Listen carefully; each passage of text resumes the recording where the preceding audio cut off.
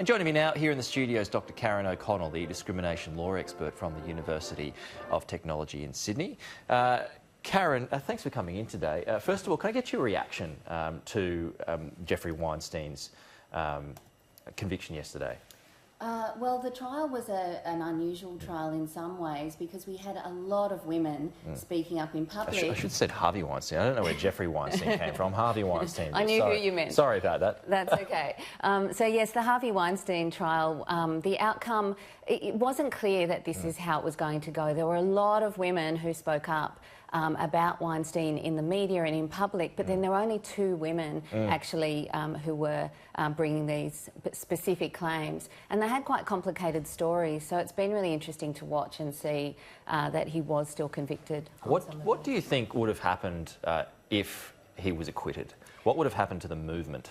Look, I think it's really, if someone is found not guilty of an offence, that's a legal determination. But it's very hard for people to see that and not think, well, that means it didn't happen. Whereas, in fact, it's because you have to have a really strong weight of evidence to succeed in a criminal case. So I think it would have fed into stereotypes that women make claims that aren't true, that women lie to bring back down, you know, powerful men, really damaging stereotypes, and I think that would have damaged the Me Too movement. Because hasn't that been in place? I kind of feel like the Me Too movement had gone quiet up until this, and also here in Australia, following Jeffrey Rush's case, that's where the Jeffrey came from before. So do you agree with that? Do you feel like it had run out of steam or was losing steam? In Australia, yes. I think that what was happening in the US was quite different. I think in a way there was a bit of a wait there to see how these initial claims were going to translate into, you know, legal decisions. It was almost at an institutional phase. In Australia, the Me Too movement, I don't know if I would say died, but it went quiet very quickly because we've got some very different circumstances here that silenced it. Why do you think that was? And in particular, I remember, you know, when Harvey Weinstein's case first happened, you know, there was a whole tidal wave of accusations that came out, and there was a lot of actors, there was movie stars, there was business people, people from all walks of life were kind of engulfed in this, and that kind of intensity has come away, or had come away for quite a while. So why do you think that might have been? Well, in Australia, I think the reason that happened is because we don't have a culture of speaking up. We don't have freedom of speech in Australia in the same way they do in the US, but we also have really strong defamation laws. So every high-profile case in Australia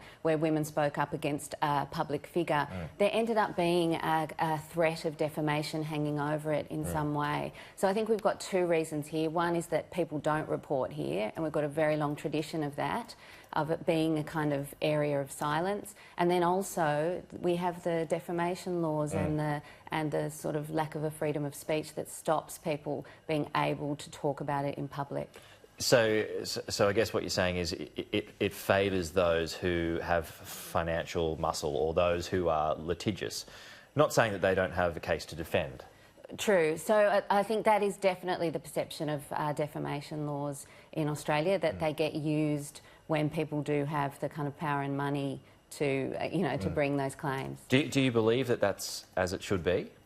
Look, I think our defamation laws are necessary, but you know, they need some reviewing because they are being used in ways that have a chilling effect, that have unintended sort of outcomes. So I think that is a problem. But I think a bigger problem, if you like, is just the whole culture of silence, that people don't speak up. So in a way, we're in a sort of negative feedback loop in Australia, because if we had more people speaking up, we would have more knowledge of what was happening, we'd have a better awareness of it, and we wouldn't necessarily have just these knee-jerk media articles about individuals. We might have a more mature conversation about it. Well, because it must be so difficult for somebody to come forward in the first place, right? When the system is stacked up against you. Yes. Well, if you look at some of those initial Me Too sort of cases, so you had Ashley Raper with Luke Foley and Catherine Marriott with Barnaby Joyce. Yeah, Craig McLachlan, who's still before the courts as well at the moment. That's right. So in a lot of those cases, the women were trying not to make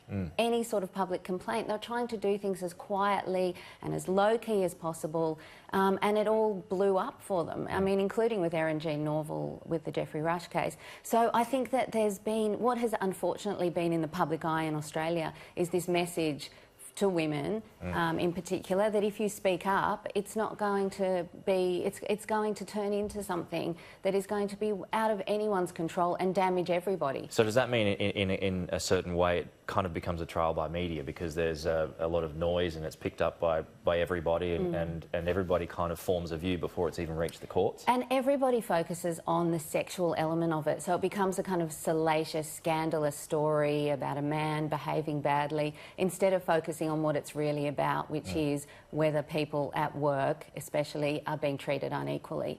So, sorry, yeah. So just finally, I mean, does this justify this decision that's taken place in the US relating to Harvey Weinstein? And remembering he's got another couple of accusations that he now faces in Los Angeles, so that's not over yet. No. So this is a justification for people who do come forward, in at least the US anyway. Yes, yes. Well, look, one of the sort of really interesting aspects of this case is that these women were not what is sometimes called a kind of ideal victim, in that they had complicated stories. They'd continued relationships with Weinstein. In one case, they had evidence that there were sort of warm interactions.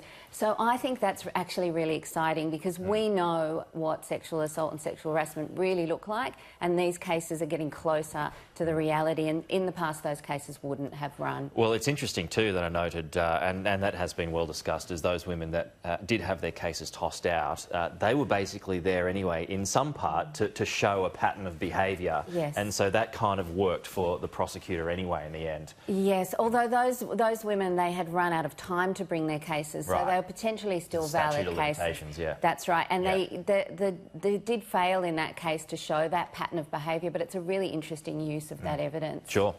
Karen O'Connell, thanks for coming in. Great to get your thoughts this morning. Really appreciate it. Thanks very much, Talk to you again soon. Bye-bye.